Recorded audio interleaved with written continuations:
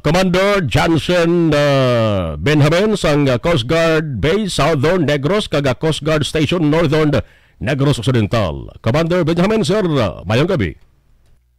Sir, may gabi simo kag sa tanan niya tagpalamati sa imo programa, may gabi sa tanan. Salamat gid, sir. Tropical Depression Christine gina-forecast sa pag-asa nga sunod nga mga inura sa kuning adlaw. Posible pa nga magbaskog sa kategory nga tropical storm, severe tropical storm or base mga typhoon pagid, no? Sa mga adlaw diri sa Negros Occidental kag Bacolod, may suspension sa klase pero sa inyo nga monitoring survey namin, may mga sea travel man nga gisuspender today. Yes, sa background, I see some Coast Guard when it comes to sea travel during heavy weather like mga storm, is that if there is sa pag-asa no, may ara kita sa storm warning signal sa aton niya point of origin, port of origin, ang iyang ruta, ang iyang destination. Ang Coast Guard no maga-cancel sa tanan niya biyahe sang barko. But for now no, aton niya weather bulletin number 3 no, kagina sang alas 5, that will be until 11 a.m. tomorrow. Wala pa kita sa storm warning diri sa Western Visayas, no, particularly diri sa aton sa Negros Occidental and Panay Island. So meaning in effect ang aton biyahe sa barko is continuous pa. Okay, but kung mag-amonitor ang sitwasyon, may ulan gatupa, posible nga may mga unpredictable strong winds kag high waves gini siya. Ano imo sa ma-advise sa coastal communities, Sir Benjamin?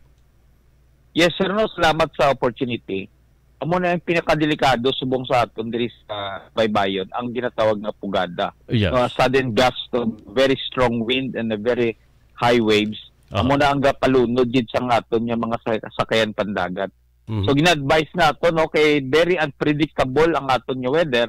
Gina-advise nato ang aton nga mga mananagat na magpaiwayan na isang pagpalawod kay ti kadelikado kag very unpredictable ang aton nga weather subong mga ining with the weather disturbance ang tropical depression na Christine.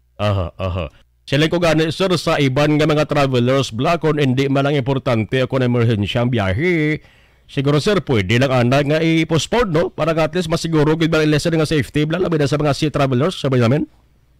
Yes, sir, no. Amo gina ang aton nga gina-advise no. Salamat sa imo programa. Kung mapaiway lang anay nato no ang aton nga pagbiyahe o kung hindi maging importante ang matabok ka sa dagat.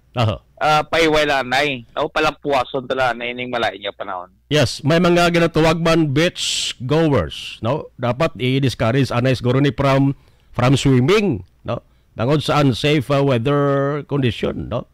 Sa mga beach goers ba, sir? Yes, sir, no. Amo pa gina, amo na gani gina may directives naman kita sa headquarters no, i-heighten alert ang Coast Guard in connection sa sining weather disturbance. Sa aton mga beach goers no, paiway lang na kay tagulan man and very unpredictable ang aton nga kadagatan. Siguro in effect ang aton nga climate change. Small vessels kag fishing boats, mag-amo na yung sitwasyon, safe pa naman ayhan na magbiyahe sila? Sir, advisable gid na ipagpaiway lang anay, no, as much as possible. Pero balo ka sa aton naman hindi na sa kapalawod, way gini sa kaon, way pabligya. So gina-advise lang naton nga i-monitor nilang weather kag magbalon gid sila sa mga floating devices, no, life-saving devices. Kung magpalawod sila kag importante gid ang communication no, ang cellphone putson lang nila sa plastic no, hindi mabasa.